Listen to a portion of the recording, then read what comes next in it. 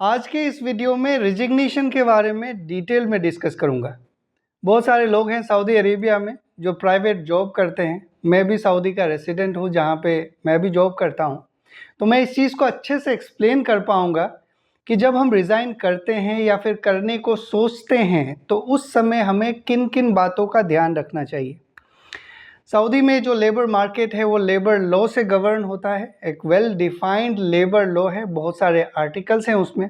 बहुत सारे आर्टिकल्स हमें जानने ज़रूरी हैं जब हम रिज़ाइन करने वाले होते हैं, करने को सोच रहे होते हैं। तो आप इस वीडियो को कंप्लीट देखिए, इसमें मैं कुछ पॉइंट्स बताऊंगा, वो आपको कभी ना कभी ज़रूर हेल्प करेगा। वीडियो देखिए और वीडियो से रिलेटेड ही सवाल पूछिए तो मैं जवाब दे पाऊंगा। आप लोग किसी और लेबर लॉ के बारे में पूछते हैं जो इसमें डिस्कस नहीं किया गया है तो वो एक अलग आउट ऑफ द बॉक्स हो जाता है। ओके, तो जब हम रिज़ाइन करने को सोचते हैं तो दो कारण होता है। पहला कारण मोस्टली ये होता होगा कि हम एक बेटर अपॉर्चुनिटी के लिए आगे बढ़ना चाहते हैं, कोई अलग ऑर्गेनाइजेशन ज्वाइन करना चाहते हैं, कंपनी ज्वाइन करना चाहते हैं।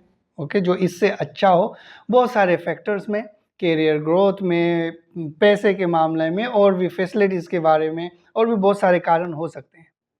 दूसरा, वो लोग भी हो सकते हैं जो रिज़ाइन इसलिए करना चाहते हैं कि बस हो गया, अब नौकरी नहीं करूँगा, चुपचाप बैठे रहूँगा या फिर कोई अपना पर्सनल काम करूँगा। ओके, दो ही तरह के लोग होंगे जो रिज़ाइन करना चाहते हैं।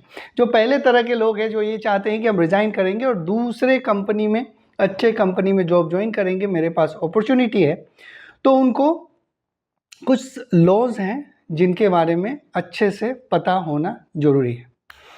जब भी हम रिज़ाइन करने को सोचते हैं तो उस समय एक कारण होता है रिज़ाइन करने का।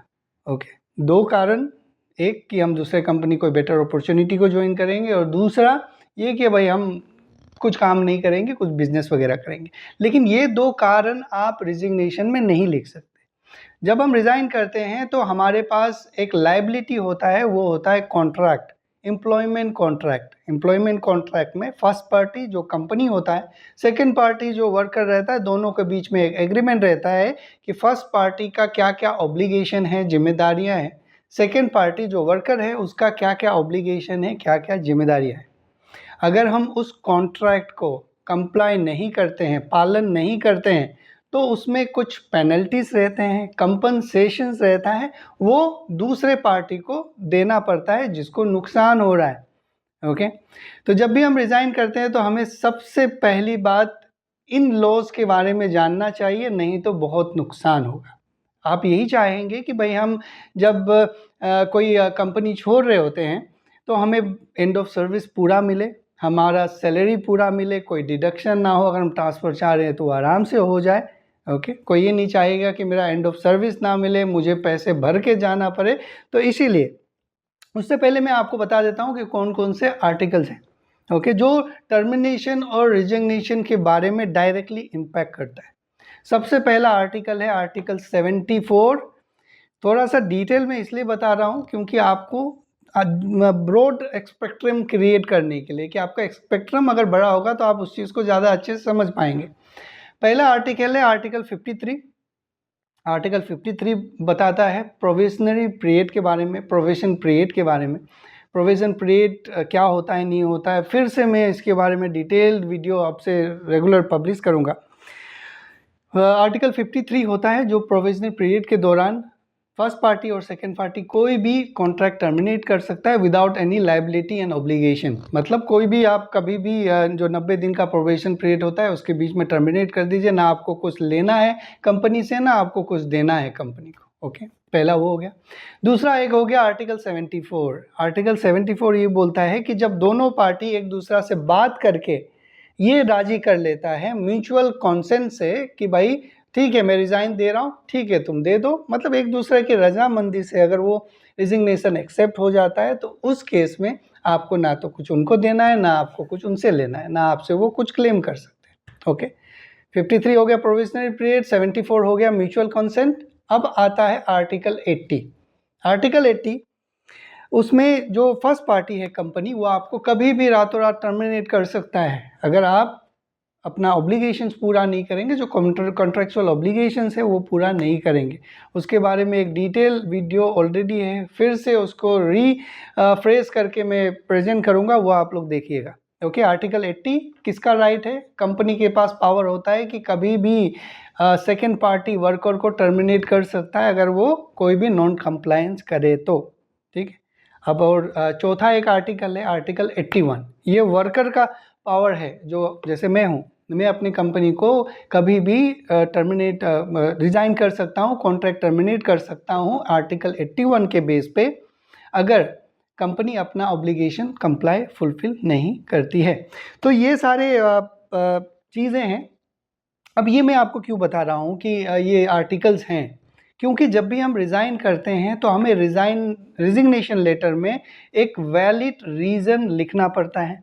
अगर हम वैलिड रीज़न नहीं लिखेंगे, वैलिड रीज़न मतलब ये नहीं है कि भाई मुझे पढ़ाई करने जाना है दूसरे कंट्री में तो मुझे कॉन्ट्रैक्ट रिज़ाइन करना है, नहीं, ये वैलिड रीज़न आपका पर्सनल वैलिड रीज़न है, लेकिन कॉन्ट्रैक्चुअली लेबर लॉ के हिसाब से ये कोई वैलिड रीज़न नहीं है। ओके, तो जब आप रिज़ाइन करते हैं और ये चाहते हैं कि मैं कॉन्ट्रैक्चुअल ड्यूरेशन के बीच में जाऊं और मुझे कोई पेनल्टी ना मिले, तो आपको एक वैलिड रीज़न लिखना पड़ता है जो एज़ पर लेबर लॉ है। अगर आप उस वैलिड रीज़न को रिजिग्नेशन में लिख पाते हैं तो आप अपने जो ऑब्लिगेशंस, कॉन्ट्रैक्चुअल ऑब्लिगेशन से बच सकते हैं। जैसे कि आर्टिकल 81 में अगर आपको लगता है कि आपका सैलरी आपको एक दिन भी डिले हुआ है या फिर कोई भी कॉन्ट्रैक्ट में लिखा हुआ ऑब्लिगेशन है जो कंपनी नहीं करा है, तो उस चीज़ को स्पेसिफाई कीजिए, क्लियरली स्पेसिफाई कीजिए, तो वो हो गया वैलिड रीज़न। आर्टिकल 81 के बारे में जब मैं आपको बताऊंगा, कुछ वीडियोस में डिस्क्रिप्शन में दे दूंगा, वो आप देख लीजिएगा। उसमें बहुत सारे कारण हैं जो आप लिख सकते हैं। ओके, अगर वो लिखते हैं आप, तो कंपनी आपके लिए आपसे कोई भी कंपनसेशन नहीं क्लेम कर सकता है। अगर आप जो वैलिड रीज़न नहीं लिखेंगे तो आर्टिकल 77 के बेस पे आपको वो कंपनसेशन क्लेम कर सकता है। आर्टिकल 77 भी बहुत एक अच्छा टॉपिक है, मैं बोलूँगा मेरे लिए, जो मैं एक्सप्लेन करूँगा आप लोगों को, उसको देखिए। फिर से मैं यही आपसे रिक्वेस्ट करूँगा, वीडियो कंप्लीट देखिएगा। ऐसा नहीं कि मेरा नंबर मिल गया या फिर कहीं पे भी है तो मुझे परेशान कीजिए। क्वेश्चन पूछिए, मैं अगर कमेंट में जवाब नहीं दिया तो उसके ऊपर मैं वीडियो बनाऊँगा, ज़रूर देखिए। सऊदी लेबर लॉ एक ऐसा टॉपिक है, आपको रेगुलर देखना है। ये कोई मेडिसिन नहीं है कि जब हम बीमार होंगे तो तभी खाएंगे, तभी हम हड़बड़ा के ढूंढेंगे कि मेरा लाइफ जैकेट कहाँ गया। अगर आप कहीं पे जा रहे हैं, मान लीजिए समुंदर में, अगर आपको तैरना नहीं आता है, आप ये सोचेंगे कि जब जहाज़ डूबने वाला है तभी मैं तैरूँगा, सीखूँगा तैरना, तो वो तो आपको समझ में आ रहा होगा कितना बड़ा गलती है। अगर आप सऊदी में हैं तो आपको सऊदी लेबर लॉ जानना ज़रूरी है। और सऊदी लेबर लॉ इतना वास्ट है कि आप एक दिन में तो खा नहीं सकते उसको, थोड़े थोड़े करके नॉलेज एक्वायर करने रहते हैं, ताकि आपको जब ज़रूरत होगा तो आप उस चीज़ को इस्तेमाल करेंगे। बहुत लंबा लेक्चर हो गया आज, क्योंकि काफ़ी दिनों बाद मैं सऊदी लेबर लॉ के ऊपर बना रहा हूँ वीडियो। कई बार मैंने सोचा था कि इस टॉपिक के ऊपर मैं नहीं बनाऊंगा, लेकिन हाँ, एक आदमी का मुझे बात काफ़ी अच्छा लगा। उन्होंने बताया कि अगर आपको कोई डिस्टर्ब करता है या फिर कुछ भी बोलता है तो उनको इग्नोर कीजिए। कुछ आप इन्फॉर्मेशन देते हैं, जिनको जो इन्फॉर्मेशन अच्छा लगता है वो पिकअप करेगा अपना, और आगे कुछ तो फ़ायदा होगा उनको।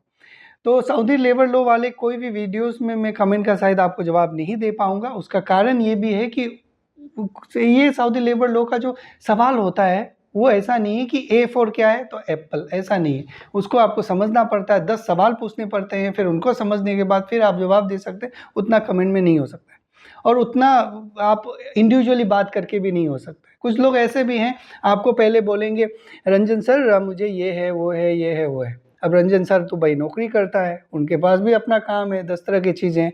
मान लो जवाब नहीं दिया एक दो, थोड़ी देर बाद आ जाएगा, mister Ranjan I am waiting for your response.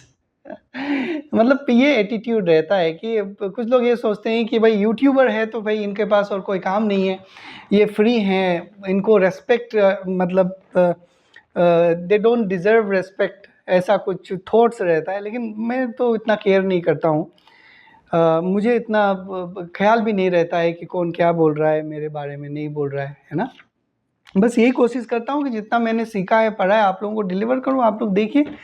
बाकी देखना नहीं देखना ये आपके ऊपर है, आपके फ़ायदे का चीज़ है, ये मेरे फ़ायदे का चीज़ तो है नहीं, है ना। एनीवे, तो आज की इस वीडियो में मैंने कंक्लूड कर लेता हूँ। आज के वीडियो में मैंने थोड़ा सा आपको बताने का कोशिश करा है कि रिज़ाइन करते समय किन किन बातों का आपको ध्यान रखना चाहिए, ताकि आपको कोई एक सरप्राइज़ ना मिले। आने वाले वीडियोस में मैं फिर से आपको सऊदी लेबर लॉ के जो एजुकेशन है, जो ट्यूटोरियल वीडियोस हैं वो बताऊंगा। कुछ टॉपिक्स मैंने नोट डाउन करे हैं, बहुत इंटरेस्टिंग टॉपिक्स हैं जो आप लोगों के रियल लाइफ में काम होगा। तो आज की इस वीडियो में इतना ही। आप लोग अपना ख्याल रखिए। Thank you very much.